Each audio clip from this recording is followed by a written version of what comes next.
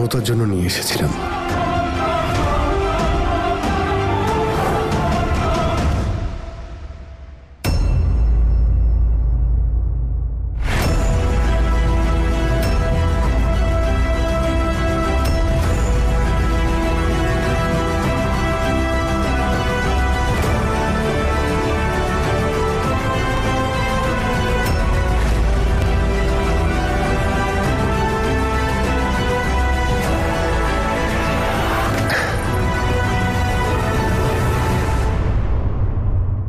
দেখলি তো তুই, এই লোকটার জন্য তুই আমাকে ঠকাচ্ছিস।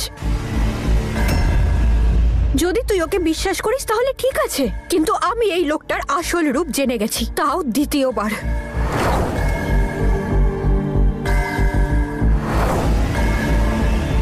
এই লোকটা এক নম্বরের প্রতারক আর প্রচন্ড নিচু মনের মানুষ। ও কারোর বিশ্বাসের যোগ্য নয়, না তোর না আমার।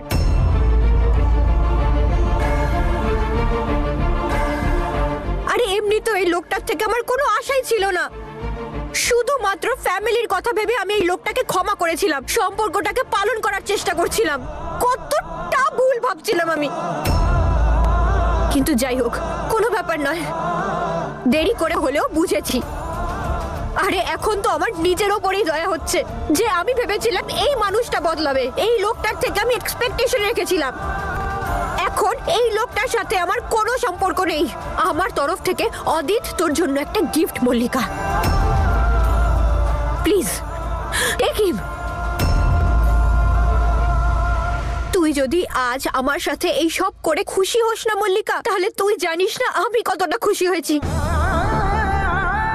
আজ পর্যন্ত আমি একটা গিল্ট নিয়ে বেঁচেছিলাম যে আমার জন্য আমাদের এই বন্ধুত্বটা ভেঙেছে, আমার জন্য মল্লিকা কষ্ট পাচ্ছে, আমার জন্য মল্লিকার জীবন নষ্ট হয়েছে। কিন্তু আজকে তো তোমরা দুজনে আমাকে খুশি করে দিলে। Thank you so much Mallika, thank you so much Adit. তোমাদের দুজনের জন্যই আজ আমি এই গিল্ট থেকে মুক্তি পেলাম।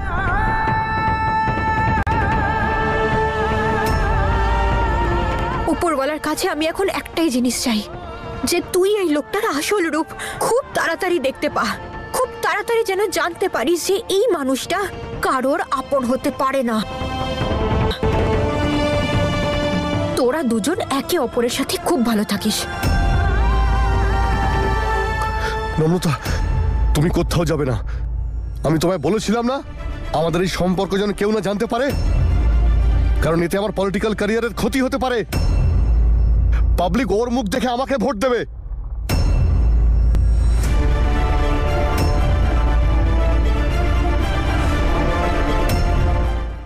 নম্রতা, নম্রতা, নম্রতা, দেখো আমি আসলে এটা বলতে চাইনি।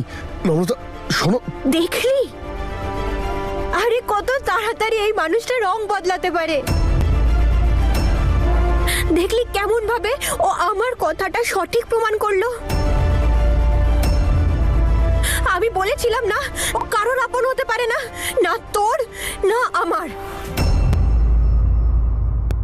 দেখো নম্রতা, আমি আসলে তোমাকে এটা বলতে চাইনি। নম্রতা দেখো, নম্রতা আমি সত্যি বলছি, প্লিজ সত্যি। সত্যি মিস্টার অদিত, সত্যি? কোন সত্যিটা? যে তুমি একটা ভালো স্বামী হওয়ার চেষ্টা করছিলে সেই সত্যিটা, নাকি তুমি ওকে ভালোবাসো সেই সত্যিটা? সত্যি তো এটাই যে তুমি না একটা ভালো মানুষ, না একজন ভালো পলিটিশিয়ান। তুমি শুধুমাত্র লোকের অবস্থার সুযোগ নিতে জানো আর লোককে ব্যবহার করতে পারো, যেমন আমাকে করেছো। দেখো এটা সত্যি নয় নম্রতা। এইরকম ব্যাপার নয়, তাহলে ব্যাপারটা কি? আরে আমি বোকা ছিলাম যে আমি ভেবেছিলাম তোমার মতন একটা মানুষ বদলাতে পারে, বিশ্বাস করেছিলাম তোমাকে। কিন্তু তোমার এই নোংরা চিন্তা ভাবনা, নোংরা জগৎ, নোংরা পলিটিক্স তোমার কাছেই রাখো। না আমি এতে আর অংশ নেব, না আমি এতে তোমার সাথে আছি, না আমি তোমায় কোনো সাহায্য করব। নম্রতা প্লিজ, নম্রতা প্লিজ দাঁড়াও। নম্রতা, নম্রতা প্লিজ আমার কথা শোনো, আমার কথাটা শোনো প্লিজ, প্লিজ। আমি জানি তোমার এসব দেখে খুব খারাপ লেগেছে।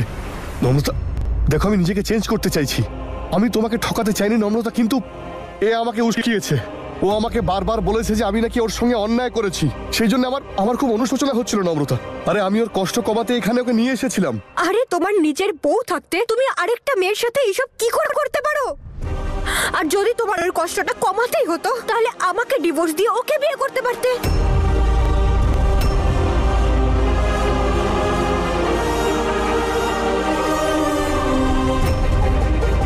হ্যাঁ মিস মিস্টার অদিত, তাহলে বলুন আমাকে, আছে সাহস আপনার ওকে বিয়ে করার?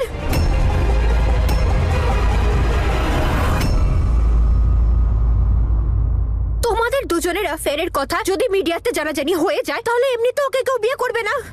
ও হ্যালো, আমাকে নিয়ে চিন্তা করার তোর কোনো প্রয়োজন নেই, বুঝলি? আমার লাইফ আমি আমার ইচ্ছেতে বাঁচবো, তোর ইচ্ছেতে নয়। আর তুই কে? হ্যাঁ, নিজেকে কি ভাবিস যে যখন ইচ্ছে ভালোবাসা কেড়ে নিবি আবার ফেরত দিয়ে দিবি? না চাই আমার তোর হেল্প, না প্রয়োজন তোর ভিক্ষা, আর না চাই তোর দয়া। তোর কাছেই রাখে সব। আর এই জঘন্য লোকটাকেও তুই তোর কাছেই রেখে দে, কোনো প্রয়োজন নেই আমার। আর এমনিতেও তোরা পারফেক্ট কাপল। ও ঠকবাজ, তুইও ঠকবাজ। তোদের জুটি তো একেবারে রাত জটক জুটি, আর এভাবেই সবাইকে ঠকাস। আর আমি এখানে এসেছিলাম শুধুমাত্র তোকে তোর রিটার্ন গিফটটা দিতে।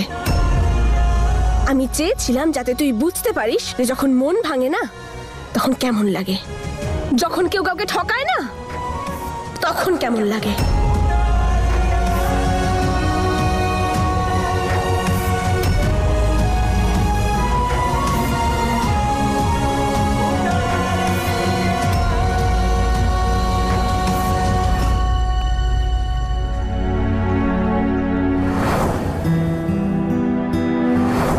জানি না তো অস্বস্তি কেন হচ্ছে আমার।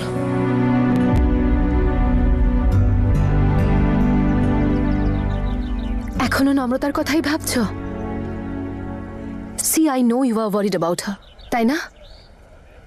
আমি মাঝে মাঝে এখানে নম্রতার সাথে আসতাম। এখানকার চা আমাদের খুব ভালো লাগতো, ঘন্টার পর ঘন্টা এখানেই কাটাতাম আমরা। কিন্তু আজকে জানি না কেন চা খেতে ইচ্ছেই করছে না। আই নো যে ও এখন অদিতের ওয়াইফ, কি তাই তো? হ্যাঁ, এখন অদিতের wife.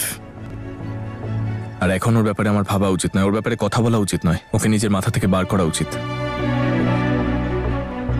I am really sorry হিয়া। আমি তোমার সাথে নম্রতাকে নিয়ে কথা বলছি, আর ইনডিরেক্টলি আমি তোমাকেই হার্ট করছি। কিন্তু আমি কিছু বুঝতেই পারি না। আমার এরকম মনে হয় যে নম্রতা সুখে নেই, ওই লোকটার উপর বিশ্বাসই করতে পারি না। বারবার এরকম মনে হয় যে ও নম্রতার কোনো ক্ষতি না করে ফেলে। তুমি কোথায় যাচ্ছ নম্রতা?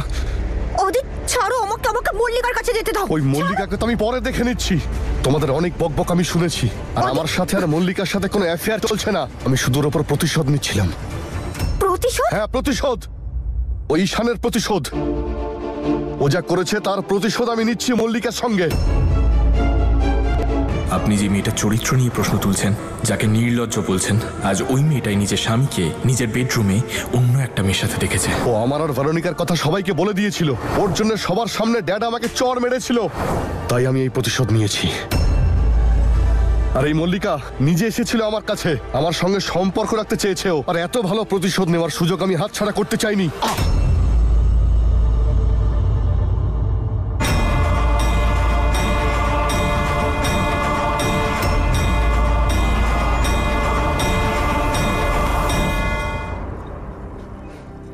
ঈশান, ইউ নো হোয়াট, তুমি খুব ভালো ছেলে।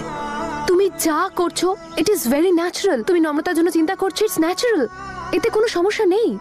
তাই তোমার আমার ব্যাপারে ভেবে ভেবে কোনো গিল্ট ট্রিপে যাওয়ার কোনো প্রয়োজন নেই। আই আন্ডারস্ট্যান্ড, কারণ আমি জানি মন থেকে কাউকে ভালোবাসাটা যতটা সহজ, তাকে ভুলে যাওয়াটা তার থেকে বেশি কঠিন। আর এটা তো সম্ভব নয় যে তুমি তোমার মাথা থেকে নম্রতাকে ওভারনাইট উধাও করে দেবে। So it's fine.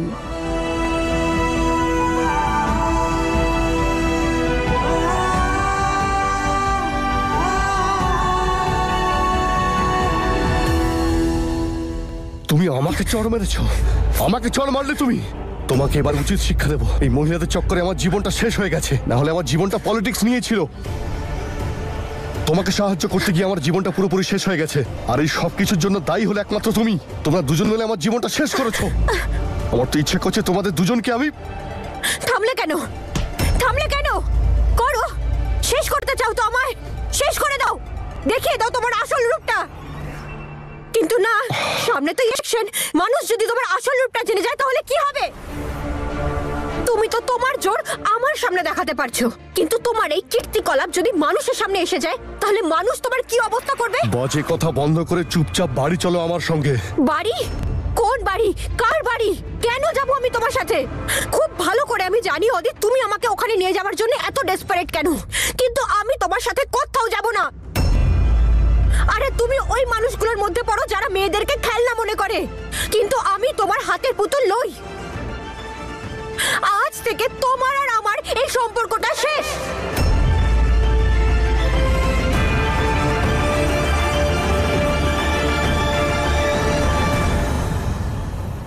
হয়তো তুমি ভুলে গেছো ড্যাড তোমাকে কি বলেছিল। আমাদের বাড়িতে সম্পর্ক শুধু জোড়া হয়, ভাঙা হয় না নম্রতা। আর হয়তো তুমিও ভুলে গেছো যে বাবা বলেছিলেন আমার পাশে থাকতে, আমার বিশ্বাস জিততে, কিন্তু তুমি কি করলে? বাইরে গিয়ে এক্সট্রা ম্যারিটাল অ্যাফেয়ার করলে। কিন্তু ভালোই হয়েছে যে তোমার এই কীর্তিকলাপ আমি নিজের চোখের সামনে দেখলাম। এবার তোমাকে সহ্য করার জন্য আমার কাছে কোনো কারণই রইল না।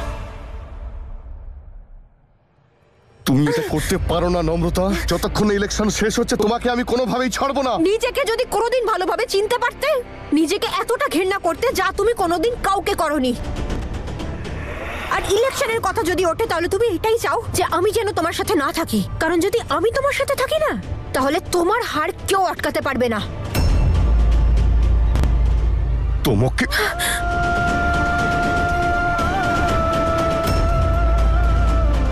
ছাড়ো তুমি আমায় অদিত।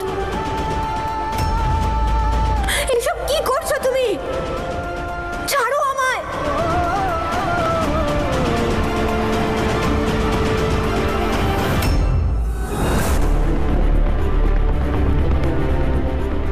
অদিত ছাড়ো আমাকে।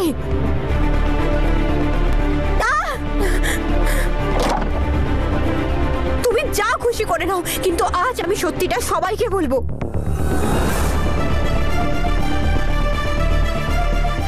বাড়াবাড়ি করো না নম্রতা। তুমি আমার পলিটিক্যাল ক্যারিয়ার এইভাবে শেষ করতে পারো না।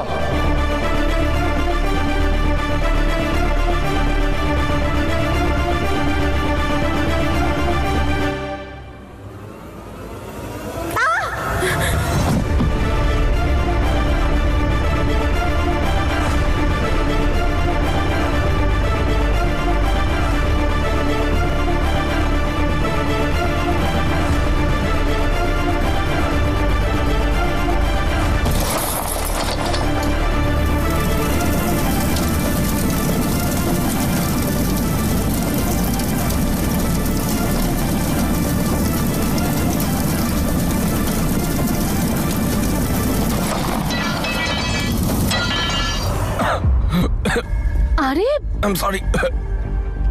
জল আরে নিয়ে ওনাকে আসুন একটু না, জল please। দাও, মনে হচ্ছে কেউ ওনার কথা মনে করছে। সাবধানে সাবধানে নাও, জলটা খাও খাও খাও, জলটা খাও। It's okay it's okay.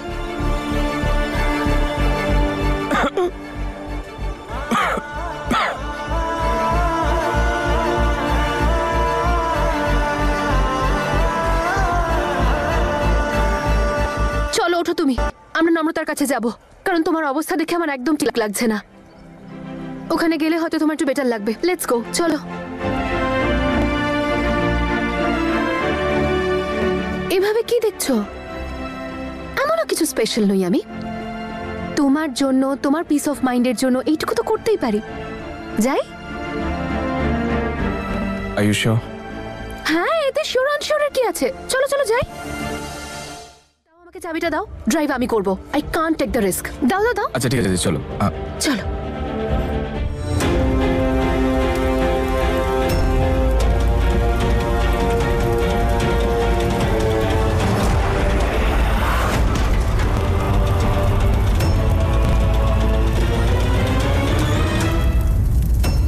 নম্রতা,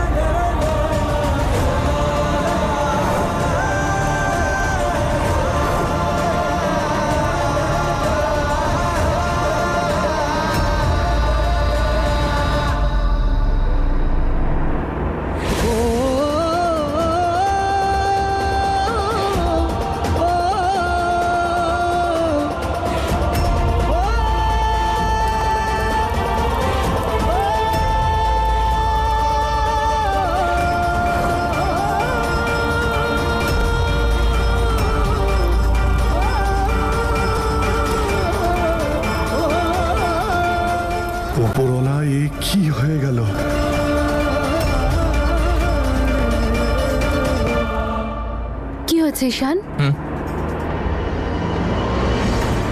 না কিছু না, জাস্ট আমার খুব অদ্ভুতভাবে একটা অস্বস্তি হচ্ছে।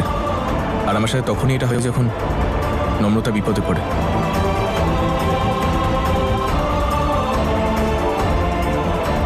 কত লাকি নম্রতা, ঈশান কত ভালোবাসে ওকে। নম্রতার প্রতি ঈশানের এই ভালোবাসা ওর কোনো ক্ষতি হতে দেবে না। আই হোপ নম্রতা যেন ঠিক থাকে। নম্রতা, নম্রতা,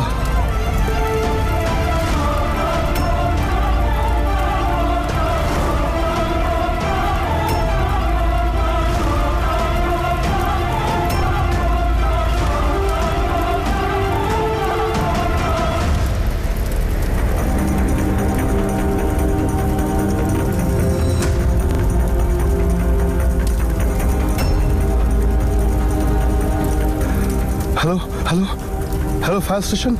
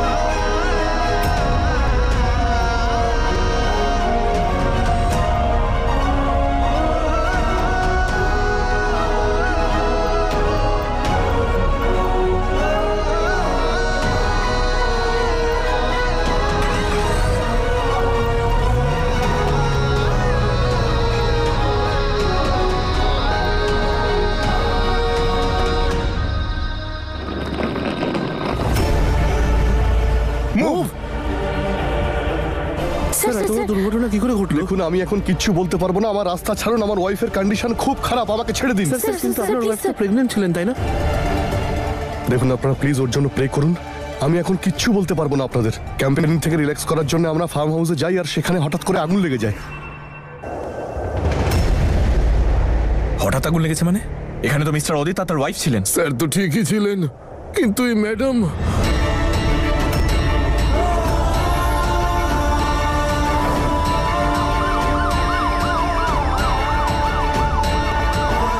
নম্রতা, বলেছিলাম না আমার কিছু একটা গন্ডগোল মনে হচ্ছে।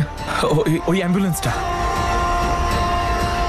নম্রতা, নম্রতা, নম্রতা, নম্রতা কেমন আছে? কি করে আগুন লাগলো? কি করে হলো এসব? আমি ওকে দেখতে চাই, এক্ষুনি দেখতে চাই ওকে। কি করে হলো এসব? আমি ওকে এক্ষুনি দেখতে চাই। না না না, আপনি এখন ভেতরে যেতে পারবেন না, ডাক্তার বারণ করেছেন। অদিত ভেতরে আছে। হে উপরওয়ালা, এই অবস্থায় মেয়েটা আবার এর মধ্যে পড়লো। রক্ষা করো উপরওয়ালা ওকে। এই প্রেগন্যান্সিটা যে নাটক ছিল সেটা যেন কেউ জানতে না পারে।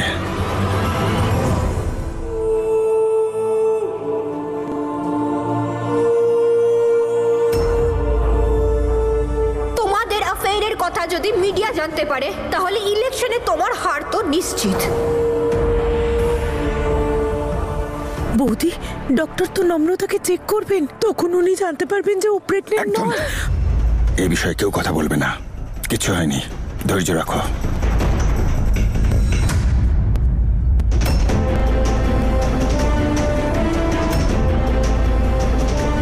এসব কি করে হলো? আর মল্লিকাই বা গেল কোথায়? যখন আগুন লেগেছিল তখন কি মল্লিকা ওখানে ছিল? ডক্টর, ডক্টর, আমার বৌমা কেমন আছে? কোনো বার্ন ইনজুরি নেই। শক আর ধোঁয়ার জন্য উনি অজ্ঞান হয়ে গিয়েছিলেন। মাথায় সামান্য একটু আঘাত আছে যদিও। ডক্টর, ওকে তাড়াতাড়ি সুস্থ করে দিতে হবে। আপনি তো জানেন সামনে ইলেকশন।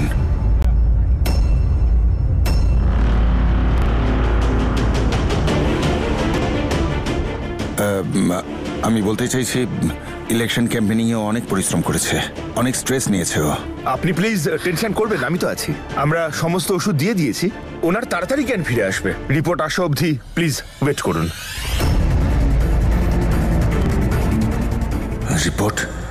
রিপোর্ট আসার আগে আমায় কিছু করতে হবে। আপনি আমার সাথে একটু আসুন। জানি না মল্লিকা ফোন তুলছে না কেন, ও যেন কাউকে আমার নামটা না বলে দেয়।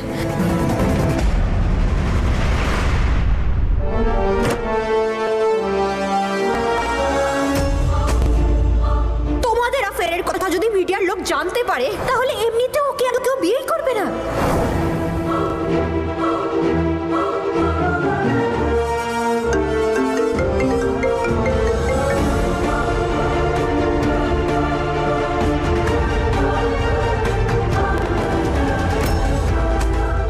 কি জানেন নম্রতা এখন কি করবে? মিডিয়ার কাছে আমার ব্যাপারে কিছু বলে না দেয়।